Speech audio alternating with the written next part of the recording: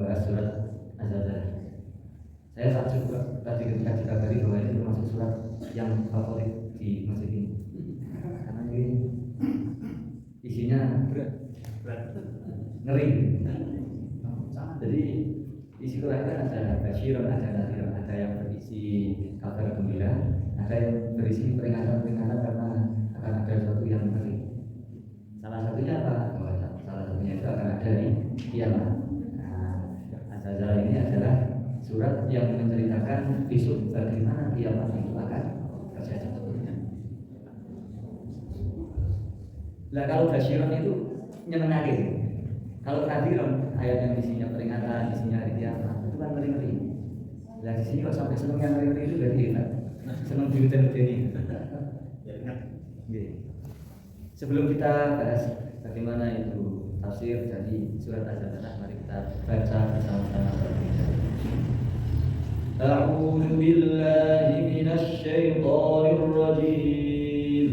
A'udzu billahi minasy syaithanir rajim. Bismillahirrahmanirrahim. Bismillahirrahmanirrahim.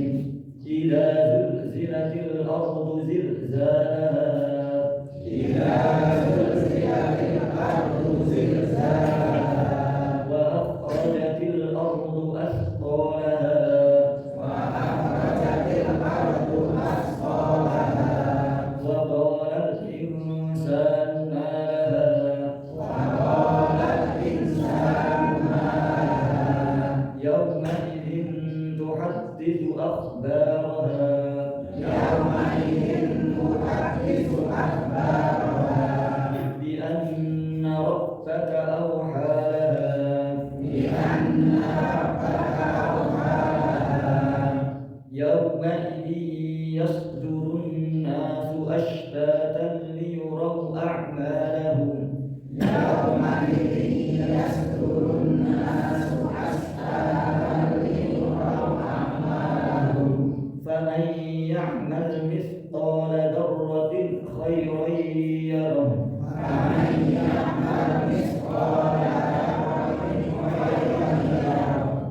Wa man ya'mal mithqala dzarratin syarran yarah. Wa man ya'mal mithqala dzarratin syarran yarah. Idza zulzilatil ardu zilzalaha. Surat ini dinamai Az-Zalzalah. Az-Zalzalah itu kalau sekarang ya istilahnya gempa bumi, tapi gempa bumi yang dahsyat. Mana zalzal kan karena guncangan. Idza zulzilatil ardu zilzalaha. Idza zulzilat, ketika digoncangkan apa al-ardu bumi, zilzalaha dengan goncangannya. Ketika bumi digoncangkan dengan goncangan. Nah, tapi jangan bayangkan goncangan atau gempa bumi yang terjadi besok di hari kiamat itu seperti sekarang. Sekarang ini paling gempa bumi di satu daerah saja. Seperti kemarin misalnya di Jepang ada gempa bumi. Terus beberapa wilayah Indonesia saja. Kalau besok ketika hari kiamat itu gempa bumi semua bagian bumi. Maka di sini pakai al-ardu, pakai alif lam di sini. Isim ma'rifah yang bermakna bahwa seluruh bagian bumi besok di hari kiamat itu akan ada gempa bumi. Jadi tidak ada yang aman satu. Jadi tidak ada migrasi ke sana saja yang aman, tidak kena gempa bumi kiamat itu tidak bisa. Karena semua bagian bumi besok di hari kiamat itu akan terkena dampaknya. Tidak ada yang lolos sedikit. Dan itu yang membedakan antara kiamat dengan bencana alam.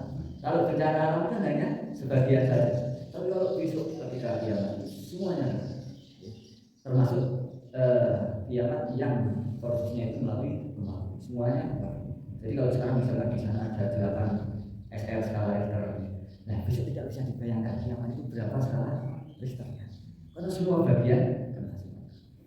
Nah, ulama tafsir itu ada dua pandangan, karena besok di hari kiamat itu kan kita yakin ada proses 2 kali sangkakala. Jadi malaikat Israfil nium sangkakala itu kan 2 kali. Nah, proses gempa bumi, goncangan yang diceritakan dalam surat Az-Zalzalah itu proses yang pertama atau yang kedua? Sebagian ulama tafsir memaknai ini adalah proses yang kedua. Jadi yang pertama itu ada gempa bumi, itu diceritakan di surat Al-Hajj. Ya ayyuhan nasu taqu rabbakum inna zalzalatas sa'ati syai'un 'alim. 17. Sesungguhnya gempa buminya kiamat itu adalah sesuatu yang sangat besar.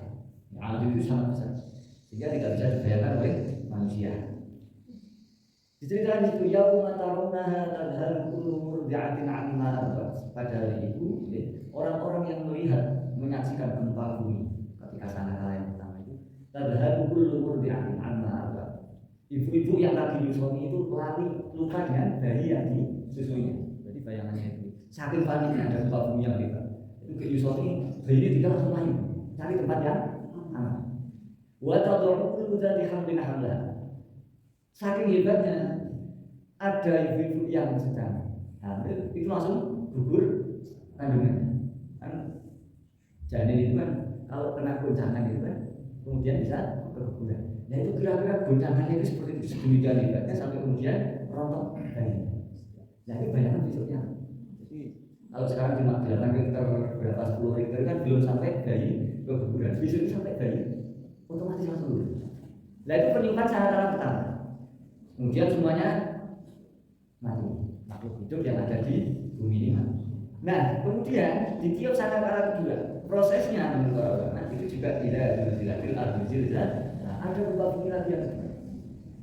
Lah waktu itu karena di surat Az-Zalzalah ini setelah gempa bumi kemudian manusia itu komentar waqala al-insanu ma laha.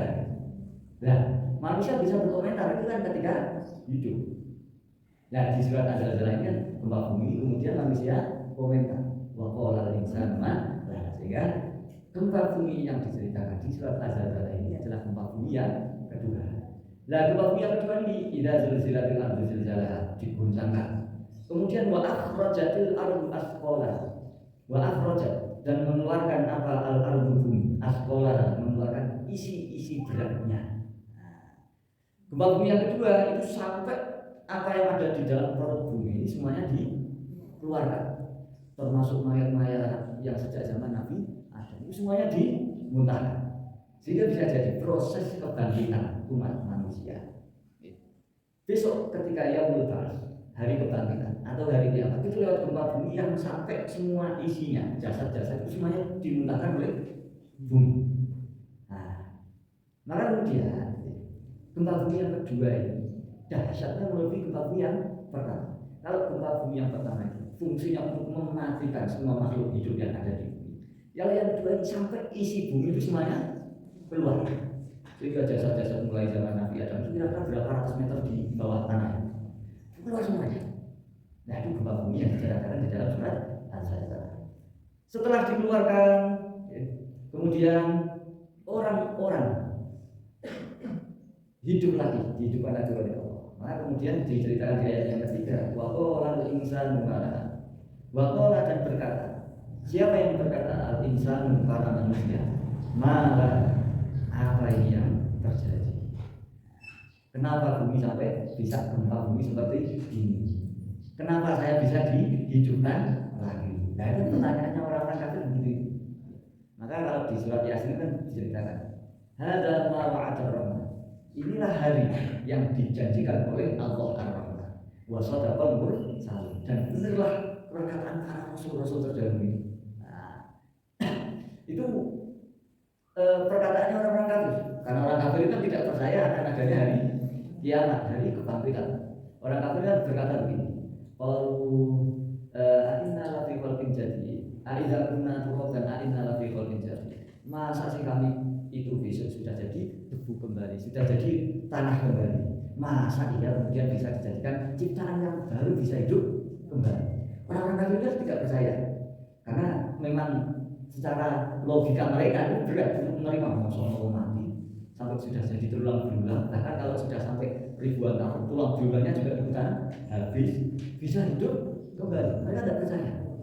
Lalu besok di hari kiamat orang-orang yang tidak percaya itu semuanya juga dibangkitkan. Nah, dibangkitkan kemudian sama malah.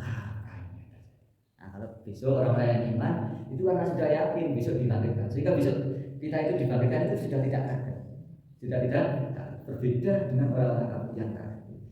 Nah, Kemudian ketika orang-orang kafir itu bertanya seperti itu, malah kemudian diceritakan ayat selanjutnya, yauma idzin tuhadditsu akhbaraha. Yauma idzin, pada hari itu, pada hari kiamat, pada hari kebangkitan, tuhadditsu, menceritakan. Siapa yang menceritakan? Bumi. Tuhadditsu, bumi menceritakan akhbaraha, beberapa kabar berkaitan dengan bumi. Nah, dijawab oleh bumi itu sendiri bahwa pada hari itu adalah kiamat. Ada ulama tafsir menceritakan mengenai yauma idzin tuhadditsu akhbaraha. Pada hari itu bumi akan menceritakan apa saja amal-amal yang telah dilakukan oleh umat manusia masing-masing di permukaan bumi yang dia indah. Jadi kita di sini di asli di masjid ini sedang ngaji. Besok bumi yang kita buat ngaji ini besok cerita. Kita nggak siap misalnya di suatu tempat. Besok tempat itu ada cerita. Jadi yang tadi tuhadditsu akhbaraha. Nah, tadi Nabi itu mereka kalau kita melaksanakan sholat sunnah, kemudian mau melaksanakan sholat sunnah yang lain, itu disunahkan untuk beda tempatnya, supaya apa, semakin banyak tempat yang kita gunakan untuk berbuat baik, entah itu jaraknya 2 langkah atau 1 langkah, tapi beda tempat, tapi jangan jauh-jauh, sampai kalau jauh-jauh, jadi 2 langkah atau 1 langkah, supaya apa, semakin banyak tempat yang kita pijak, yang kita gunakan berbuat baik, sehingga besok bumi itu semakin banyak saksi kebaikannya untuk kita. Nah, ulama-ulama ini kalau kita sholat jangan hanya di masjid, juga gunakan rumah itu sebagai tempat sholat. Apa itu sholat sunnah? Maka sholat sunnah itu lebih utama dilakukan di rumah. Kalau sholat wajib, lebih utama dilakukan di masjid. Supaya rumah kita itu juga tidak hanya menjadi tempat makan, tempat ngobrol, tempat nonton TV, macam-macam, tapi juga sebagai tempat sholat. Nah, ini sholat sunnah itu lebih baik dilakukan di rumah. Ini rumah sholat sunnah saja. Bahkan sholat sunnah rawatib. Kita sebelum berangkat ke masjid misalnya sholat sunnah qobliyah zuhur, atau misalnya sholat sunnah qobliyah bisa. Nanti di rumah sholat sunnah rawatib, kemudian berangkat ke masjid sholat sunnah tahiyat, kemudian langsung jamaah. Nanti pulang sholat sunnah lagi. Kan kalau begitu itu sekaligus kita itu didik anak itu. Oh iya, iya juga menjadikan rumah itu sebagai tempat sholat, tidak hanya sebagai tempat. Dan itu senang anak ya, oh bapak setelah dari masjid itu ternyata di rumah juga sholat lagi. Kan kadang ada orang senang ke masjid jamaah, tapi kalau di rumah itu sebenarnya muring. Itu kalau anak itu terbiasa ngaji muring-muringan ke lain, harus ke masjid. Oh berarti di masjid mana muring? Baik. Tapi kalau kita terbiasa melaksanakan sholat sunnah di rumah juga, menjadikan rumah itu juga sebagai tempat untuk sholat sunnah, anak itu beranak pulang dari masjid, kemudian di rumah sholat sunnah lagi. Jadi kesannya di masjid itu bangun orang itu sergap sholat, sampai sholatnya itu terbawa sampai di rumah. Yauma idzin tuhadditsu akhbaraha. Pada hari itu bumi akan menceritakan berkaitan kabar-kabar manusia, melaksanakan apa saja amalnya ketika ada di atas muka bumi.